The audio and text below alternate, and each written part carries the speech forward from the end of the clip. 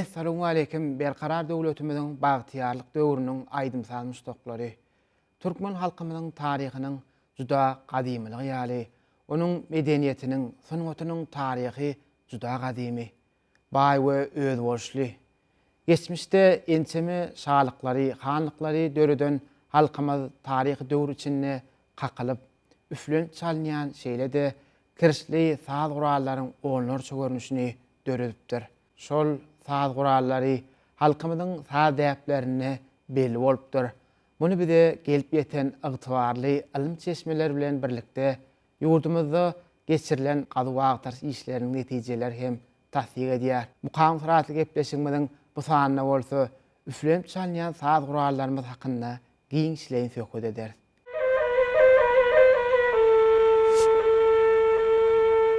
Qadim Merwde gazy işlerini alyp baran belli arheolog Viktor Ivanovich Saryanidiň Marguş adly kitabyna Goňurdepe diýen ýerde biziň eýýamyzdan öňkü 2000-nji ýyllyklara degişli bürünçden, kümüşden we fayansdan ýasalan we awaz saklanan duýduruş turba tüýdükleri 5 görnüşiniň taplanlygy baradaky maglumatlar Türkmen saz gurallarynyň juda gadymlygyny görkezýär. Türkmeniň baý aýdym saz däpleriniň taryhyna göz ýetirmekde 13-nji asyrda renkli edilip çekilen Oğuz Hanyňkyda toýatly, dünýä belli surat hem diýsen gymmatlydyr. Ol surat häzirki döwürde Çekiýa döwletiniň merkezi muzeýinde saklanyp, onu Oğuz Han atamyzyň oturan kürsüniň taş töwereginde 10 mil sany sazanlanyň Türkmeniň gadymy surnay, kernay, deprek, tewil, nagara, rubab, ritim çeşmeler ýaly saz guralyna uly joşgun bilen saz çalýan pursatlary janlanypdyr.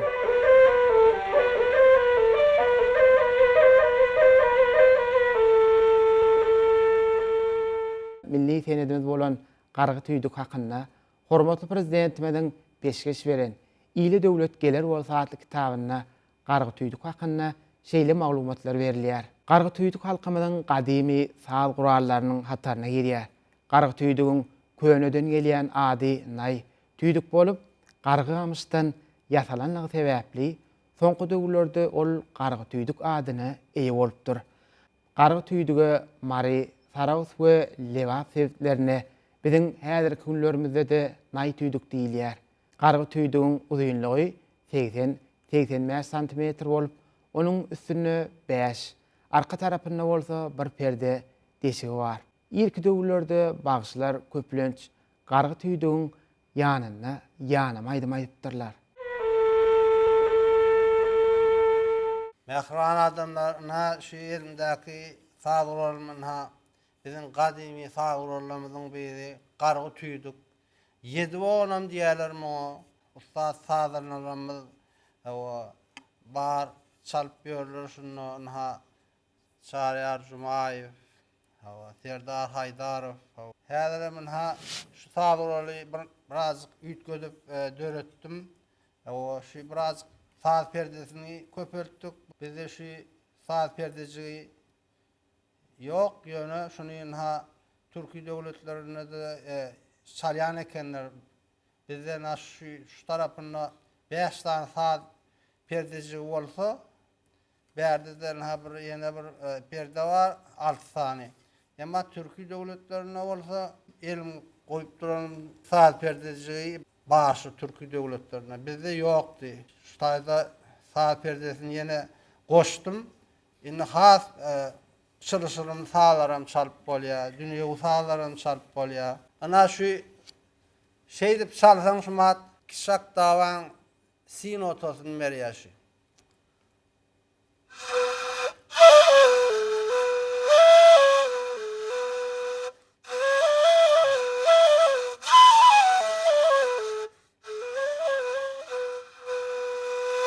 İnçerek sesler bolsa, do'dan, si'den, la'dan aýdan başlar bolsa şey çar bermeli. Men sesim gawat gelen la'dan aýdan ise şüpeşeň şey diýip oturdyň. Şumat Kişak davan lian otasından taşa gidip barya birini zak davan, ikinci zak davanın otalarını alıp bolýar.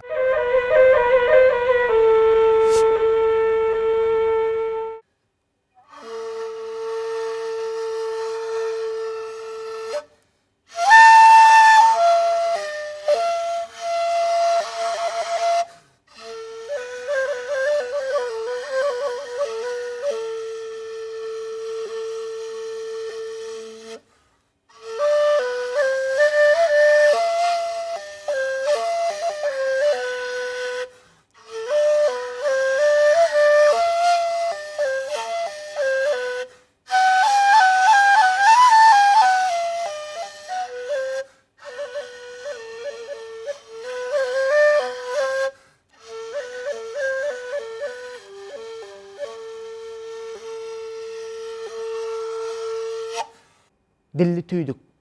Dilli tüydük kakılıp çalýan saz gurallardan soň adamzadyň taryhynda iň gadymy saz gurallaryň biridir. Dünýäniň saz sungatyny öwreniş alymynda ol üflenip çalýan saz gurallarynyň hemmesiniň asas hasaplanýar.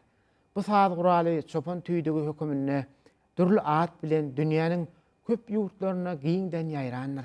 Türkmeniň dilli tüydüginiň 100 ýyldan gowrak geçen nuskalarynyň biri häzir Moskwanyň Glinka adyndaky ozalky saz medeniýetiniň merkezi muzeyinde saklanýar.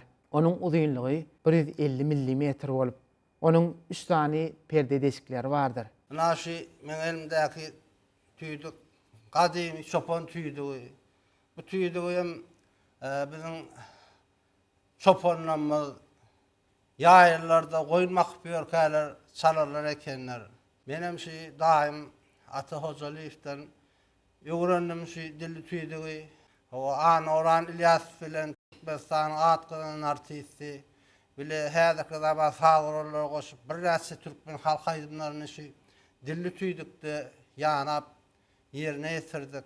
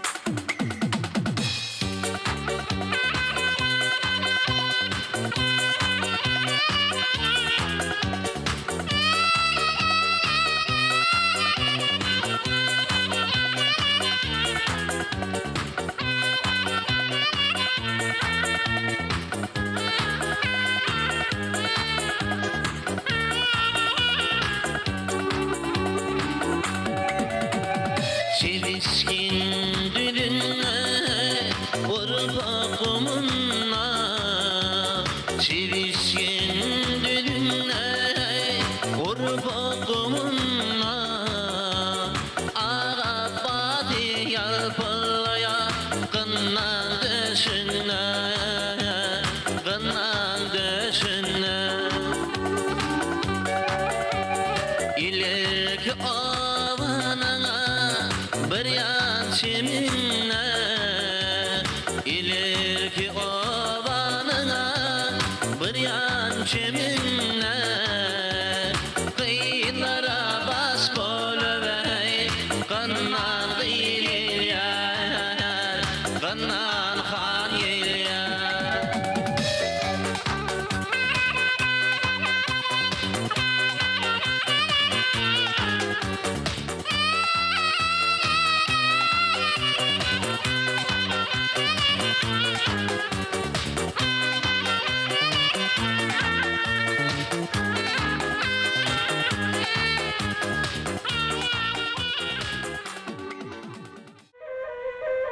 Balaman saz guraly.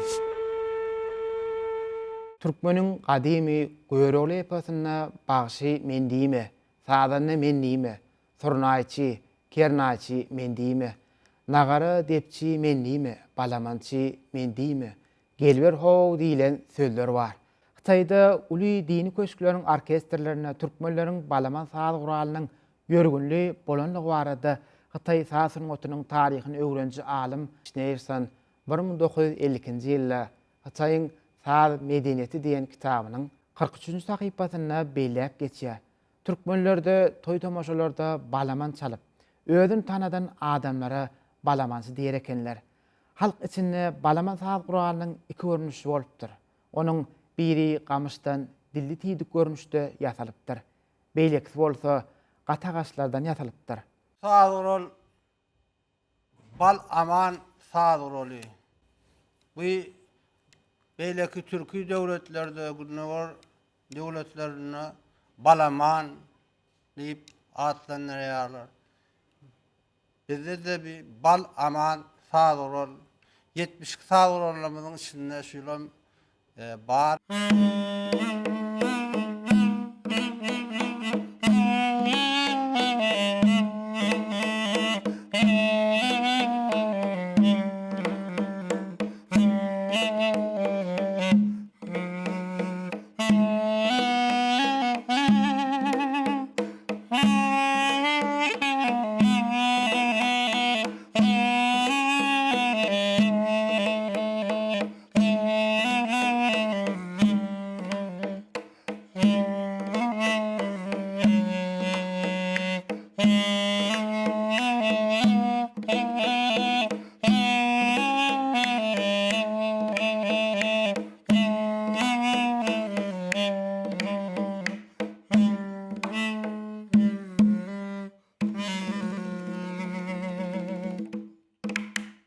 Şahatlyk saz guraly.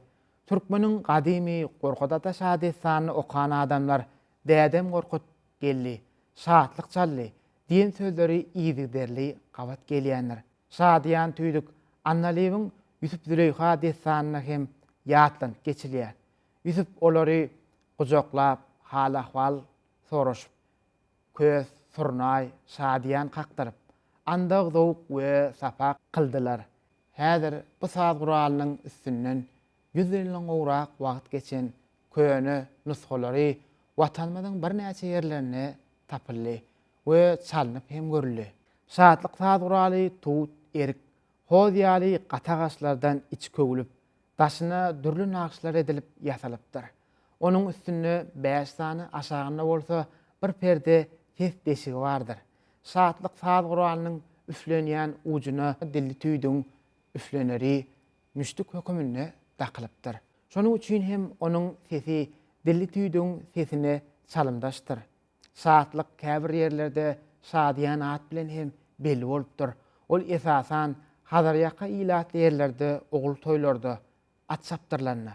Şahatlyk şowhun bermek maksady bilen şeýle hem toý tomaşalaryň oňat habarlarynyň boşlukçy hökümine çalynypdyr. Naş çaljak saz guralynyň gadymy saz guralynyň biri Balkın ýaylasyna Azyap owasyna saz gural tapylypdyr. Şuňa adam şahatlyk saz guralynyň biri. Bulam gadymy saz guralynyň biri. Ana menen munna häzir ýol depçi dostum bilen bir türkmen halk aýdyny çalyp bereýin.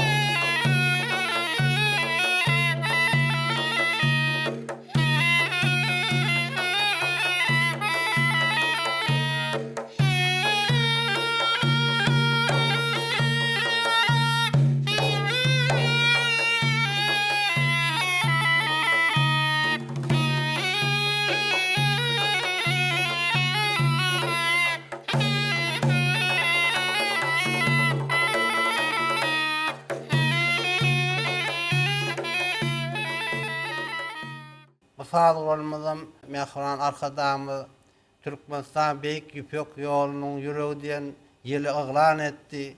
şonun märemin haşi ýöňler bizim Türkmenistan halkymyz söwda ederler eken, şu aňarsy Hytaý beýlesemin Hazar şol aralyklarda bütün dünýä gezerler eken, şondan şolana Hytaý döwletiniň döredin sazyr bollary Türkmen sağlaryny çalp bolýan eken. Bulamyň bizim şu Türkmenistan beýik ýüpek ýolunyň ýüregi diýip menem her size bir Türkmen ýeňini Ewa halife ölen yerine getirip bereyim.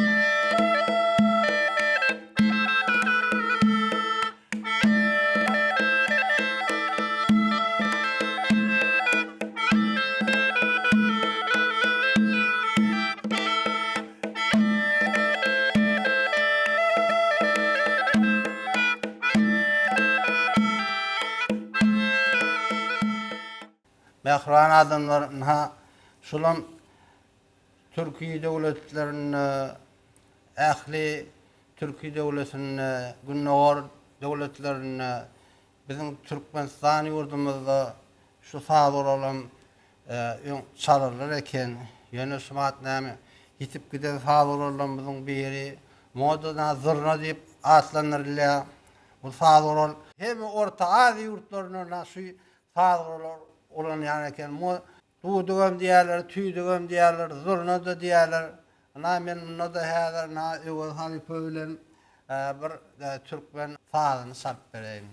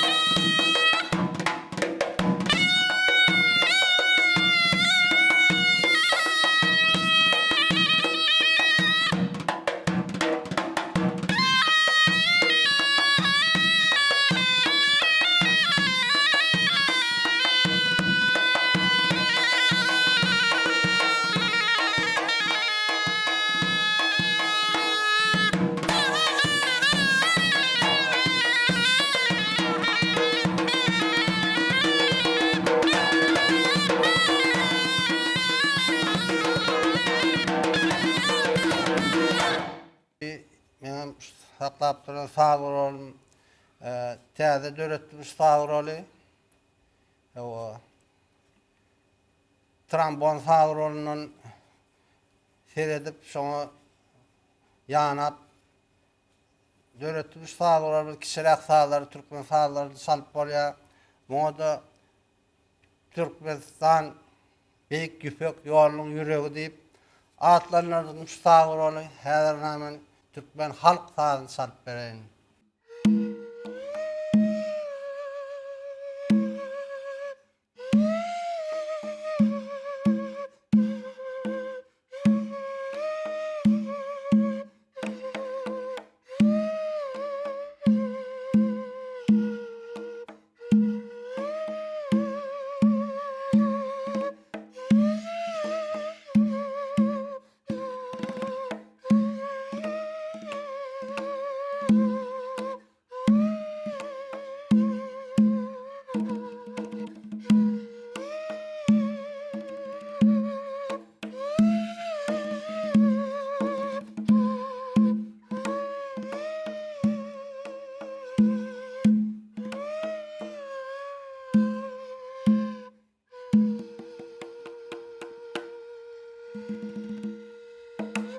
Ana şuun bir tüydük vardı, gurrun ettik.